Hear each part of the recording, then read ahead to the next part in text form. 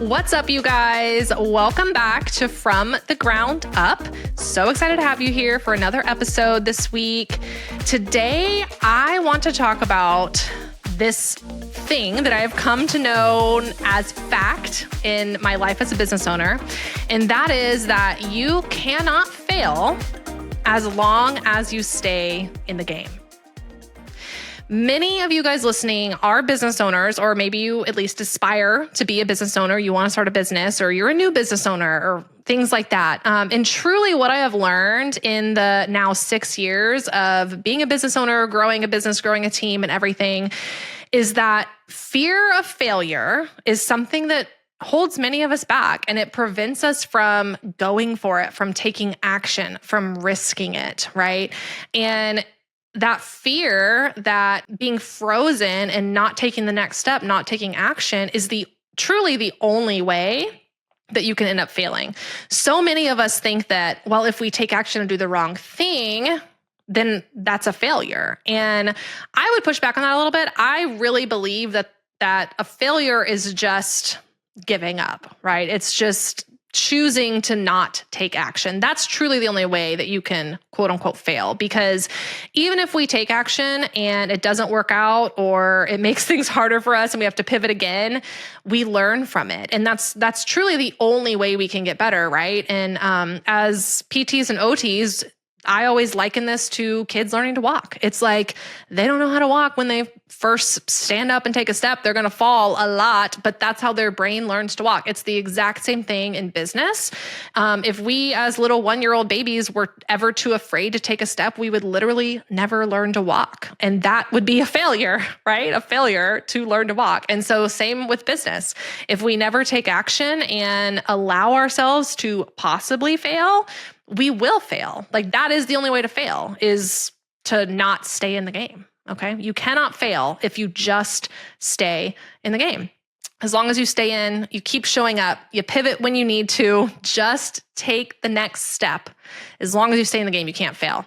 And there are some key kind of pivotal moments in these past 6 years of my life as a business owner that have allowed me really to stay in the game. And I want to walk through a few of those with you just so you can kind of get an idea of what that might look like as a business owner, taking the risk and doing the thing. And maybe it works out, maybe it doesn't, but you do know that if you never took the step, it for sure wouldn't work out, right? You miss 100% of the shots you don't take. So years ago, I want to say this was in 2021, I got an email. About a retreat. It's called CEO School Retreat. Some of you guys may know what CEO School is. And if you don't, definitely look them up on Instagram. They're great. And they were promoting this retreat, and they wanted you to apply. You had to be a business owner. There was a couple stipulations for revenue and kind of metrics for where you're at in your business. And you had to apply. And they were only accepting, I think it was about 20 of us because of the constraints on where the retreat was going to be. And I remember looking at that email being like, I'm not a CEO. Like, I own the business and I am the founder of the business, and I've hired some people, and technically I'm the boss, quote unquote. But I'm not a CEO, so I can't go to this retreat. What is this? And so I just remember thinking, like, if I don't apply to this retreat, there's no way I get accepted, right? Because you don't even submit the application. So I was like, well, let me just apply. I don't have the revenue numbers that they mentioned, and I've only been in business for not even 2 years at that point.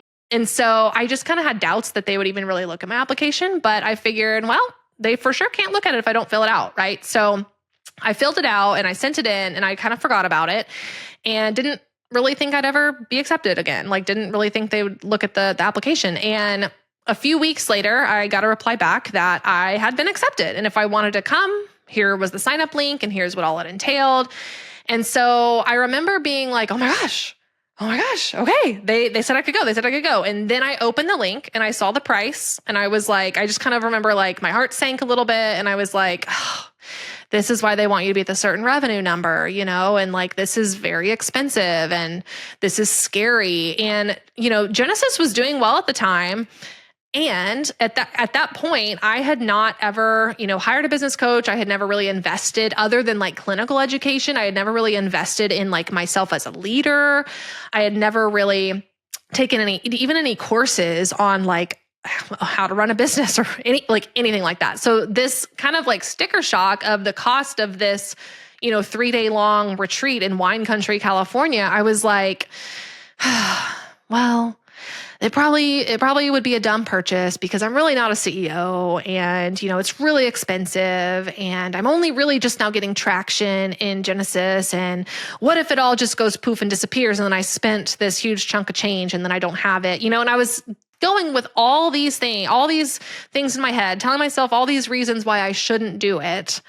But then I still had this like nagging feeling that I should just do it. And I slept on it. I took a few days. And I remember, they didn't necessarily put a deadline on signing up for the retreat, but they did say, it's kind of first come, first serve. They sent it out to X amount of people and they're only taking X amount. So, it fills up, it fills up. And so a few days later, I woke up and I was like, I'm just going to do it.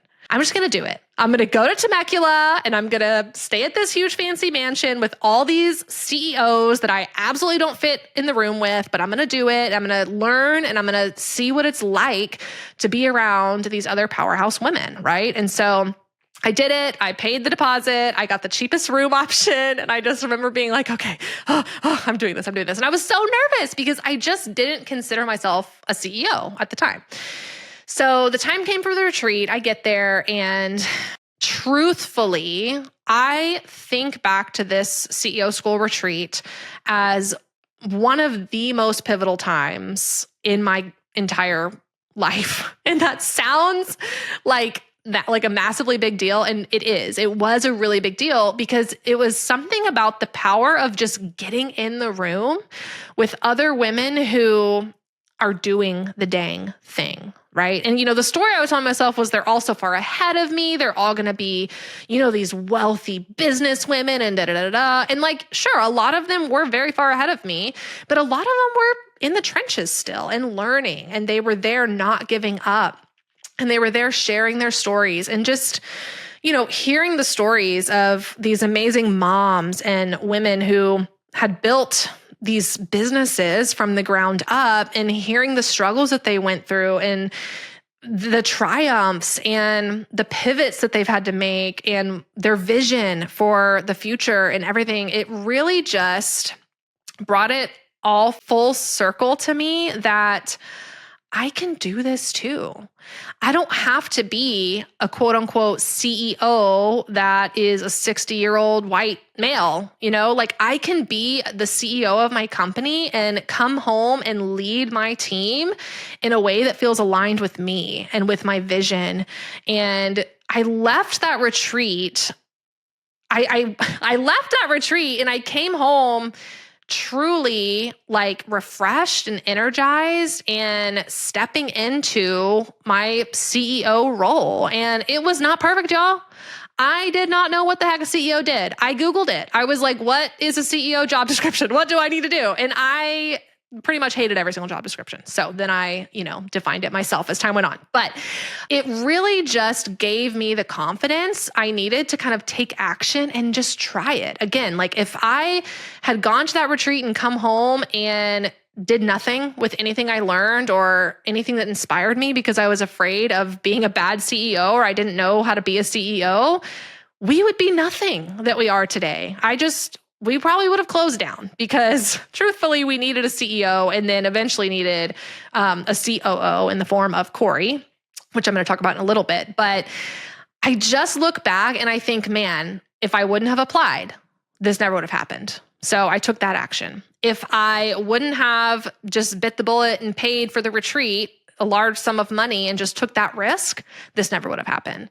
And if I wouldn't have come home and started imperfectly acting as a CEO of the company that I founded, that is such a natural next step of growth, right? It's just so funny thinking back that I didn't think I could do it, that none of this would have happened. And all of it stemmed from me taking action truthfully before I felt ready. I think looking back, I was ready, or else the timing wouldn't have worked out. And I wouldn't even have seen it as an opportunity, right? Because a lot of times we tell ourselves, I'm not ready, or I don't feel ready, but not feeling ready is different than actually being ready, right? And so a lot of times we have to take the action before we feel ready, and we have to trust that we are ready and that we're going to figure it out on the way. And that's how you stay in the game. If I wouldn't have done any of that stuff, Genesis probably wouldn't be here today. It probably would have fizzled out.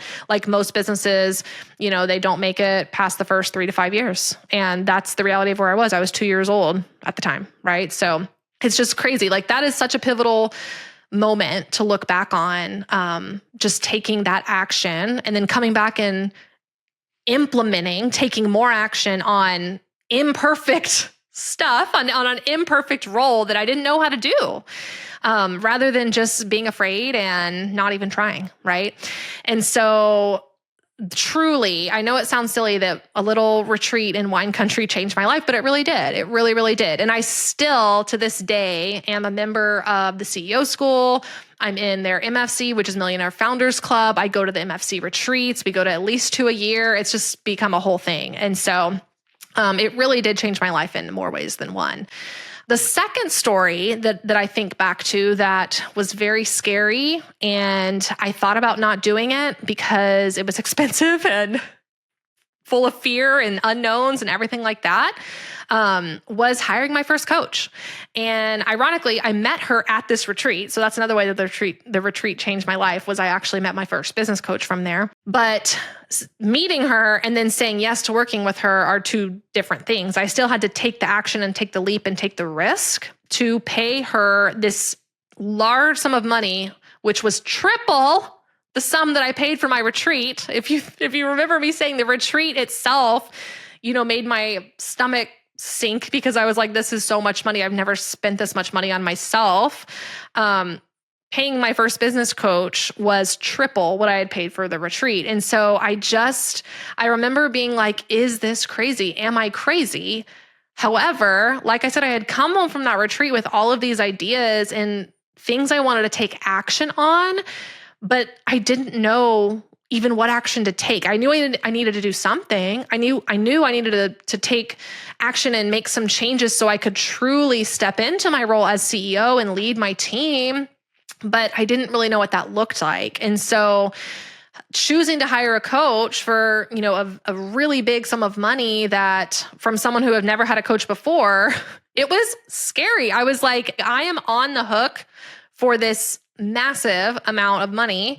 And I get, 10 calls, and what if it's all horrible? What if she can't teach me anything? Or what if I try things and I fail and I can't grow into this CEO? And you guys, I am so dang glad I risked it, because it's a risk. It's a financial risk, especially when you're a business owner and you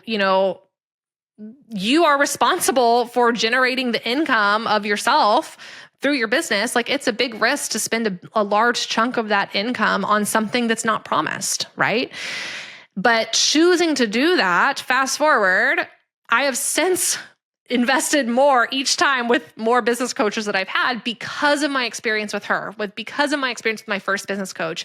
And just to share one of the wins that I had from working with her was she was actually the one who helped me and coached me on how to build a course. And while building that course just about killed me, because building a course is not for the faint of heart. Like, if you think that you can just slap up some modules and boom, you have a course, like you have another thing coming. And I probably thought that, and she opened my eyes and she was like, listen, we're going to do this thing because you have a skill set that people need. And when they learn this skill from you and your method of how you treat the pelvic floor, like, that is going to have the ripple effect on the industry that is driving you, that is your vision. Like, this is going to reach other providers, so that way you don't just have to rely on Genesis itself changing the game. Like, this is how you change the game, is you teach other people to do what you know how to do better than anyone else. And she helped me build that out, and she helped me through my first launch. And I remember back to launch day for my No Kegels course, I thought no one would buy it. I was like, I've put all this work and all this money and all this time and effort and energy into building this thing and building something I was proud of. I was really proud of it. And I just was certain that it was going to click launch day was going to come and there is going to be crickets. Like no one was going to buy. And when I tell you that day one of launch brought in more money than I had paid in entirety for my coach, like it just about knocked me out. I canceled my day. I was like, I cannot go on. Like I had never seen so much money in my life come in at one time. Like I remember I was shooketh and I was like, holy cow. Like truthfully was like, what have I done? And what do I do now? And I remember just sitting on my back porch and like staring at the sky and being like trying to breathe and being like, people want this. Like people care about what I'm doing and what I have to say. And they want to learn this and they want to change the game of pelvic health. And like, I just was so shocked. And yeah, I was useless the rest of the day. I was useless. But all that being said, like that experience, I took that risk. I signed on the line in the contract and I paid her this massive amount of money. And it literally paid off in 24 hours of that launch. And not to mention everything else that she's coached me with on how to be a coach, how to coach others, how to improve upon the launches, like how to show up on social media, like literally everything. So the compounding effect of that knowledge is just not even measurable at this point. But my point is that was scary. I told myself it was too much money. I told myself it was silly and stupid, honestly, to even think that me, someone who's barely a brand new business owner and doesn't even know what she's doing as a CEO, is going to just make a course and teach people what I'm doing. But she convinced me. She was like, you know what you're doing. Like, this is why Genesis has grown so fast in the first couple of years and why you already have hired a handful of people and you're full and you're bringing in money and like everything. Like, it's because of the method that how you guys are treating patients. And like, that's what's gone viral. And so if we can channel this in a course, we teach other people to do it. And so I mean, it quite literally paid off, but also it just was another kind of drop in the bucket of proof of taking action when you're afraid. Because had I been afraid and not wanted to sign the contract and pay her this huge sum of money because it was risky, right? It's a big risk. I never would have had a course. Like I wouldn't have made a course. I wouldn't even thought to make a course. She had the idea for me to make a course. And so it's just another example that I've proved to myself year over year that just taking action beats standing still any day. Even if, it ends up, you have to pivot or the action you take doesn't work or it's a quote unquote fail, what you learn from that makes you better the next time.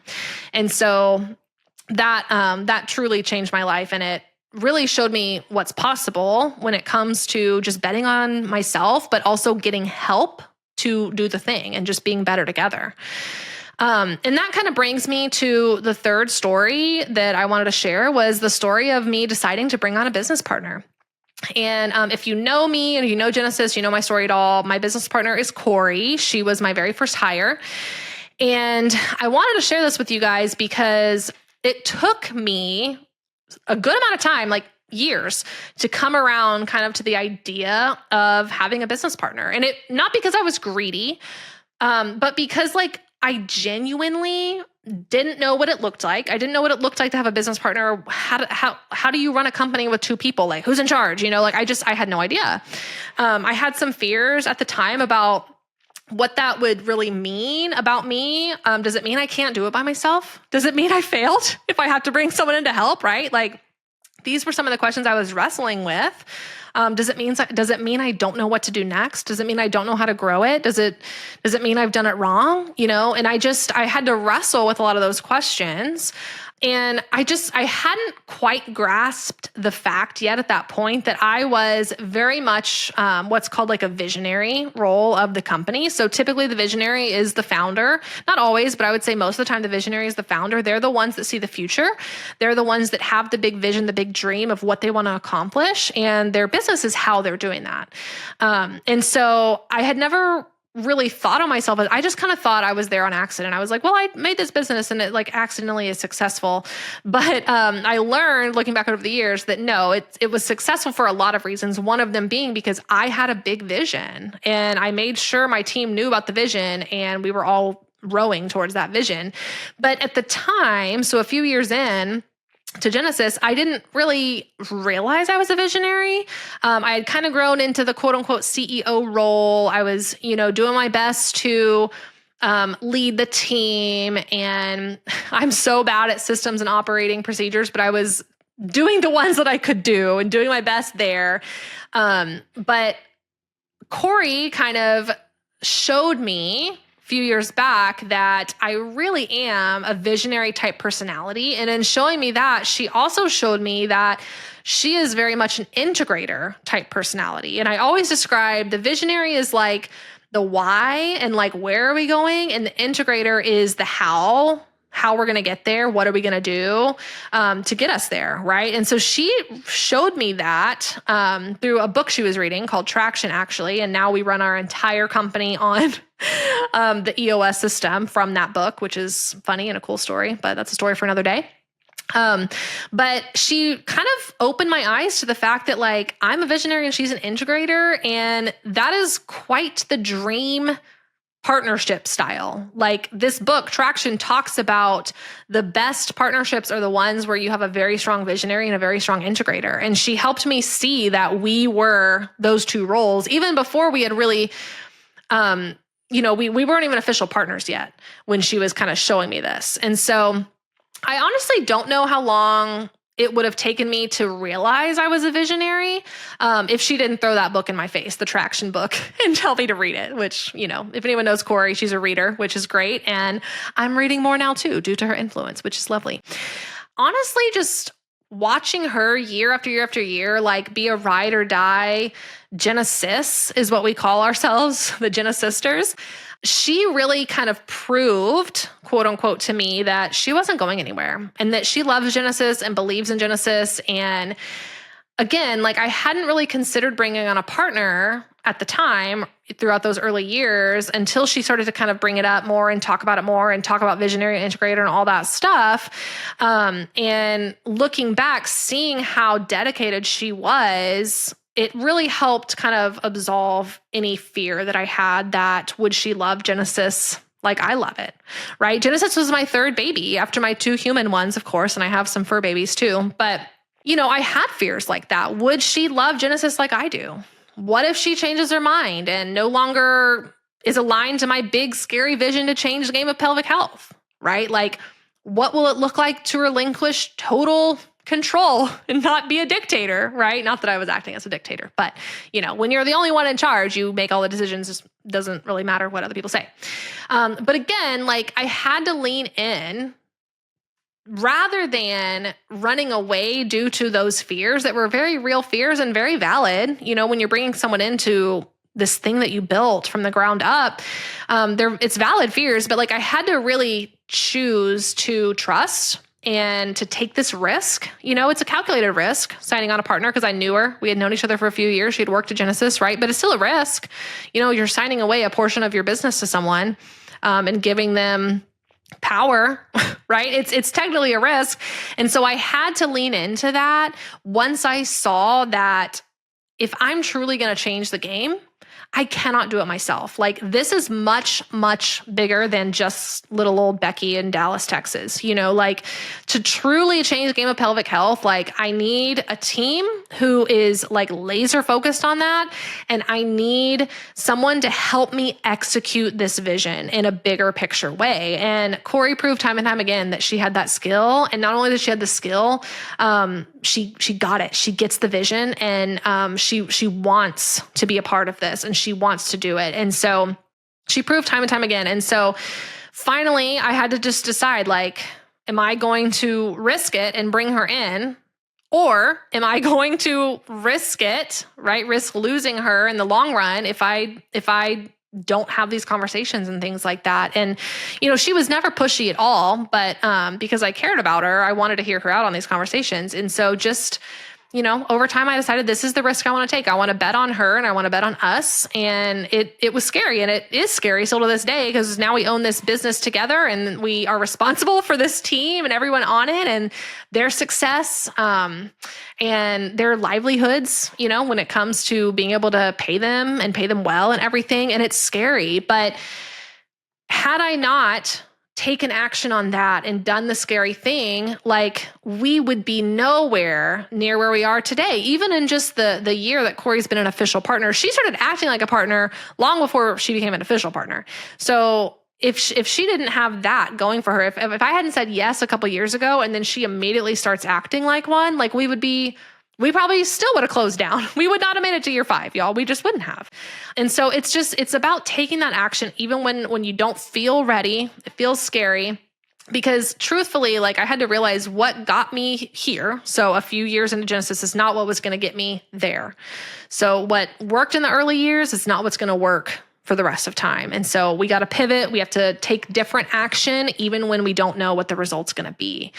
And it truly is a daily battle choosing to stay in the game. Like day after day, I have to make the choice to show up. And it is a choice. It's a choice to keep showing up and to take action and to do things as a business owner that you don't know what the outcome's going to be, and it's a risk, right? But that's the only way to not fail is to take action and choose to stay in the game, to choose action over fear and freezing and doing nothing. Because, that's when you're going to fail, is when you get frozen and you do nothing and you don't try. And all of these moments, from the CEO school retreat to hiring my first business coach to taking the risk and letting someone in and becoming a partner and a co-owner of my baby, my business, all of these moments were a very pivotal time in my life as a business owner. Saying yes to those things meant essentially that a new level was unlocked, right? And when you unlock a new level in a video game, I don't play that many video games. I just play like Super Mario Brothers and I crush my kids at it. But the video games that I do play, when you get into a new level, when you unlock a new level, there is more things to figure out along the way, right? It doesn't just get easier suddenly, but you have to make the choice to keep showing up and stay in the game, right? So just because there's more things to have to figure out with every level that you unlock, that also means there's more ways to take action and figure out how to just keep staying in the game, right? And so it's not a bad thing to unlock the next level and not know what the heck you're doing. You just have to take the next step and try and take action. So don't be afraid to take risks, you guys. Don't be afraid to bet on yourself, on your vision, because you won't fail unless you are stagnant and unless you drop out of the game, right? So if you have a big vision, only way you're not going to get there eventually is to stop trying. So I hope you guys enjoy this, a little glimpse into my story as becoming CEO and now a co-owner of Genesis. And if you did enjoy it, I would absolutely love nothing more than to hear from you. I always love getting DMs from you guys. They're always open on Instagram. And if you want to DM me, I would love to hear what part of today's episode was the most impactful for you. What are you going to take action on, even though you're afraid, right? I would love for you to just share that with me. And just, in the spirit of changing the game, the best way to change the game is to get more people involved. So sharing this episode to your stories, or even just sending it to someone who would enjoy it or who you think would, take action from hearing some of the things in here. It's such a vital way to do that, to really be able to change the game, is to bring others in. So thank you guys. Thank you so much for being here. I hope you have a great rest of your day, and let's change the game.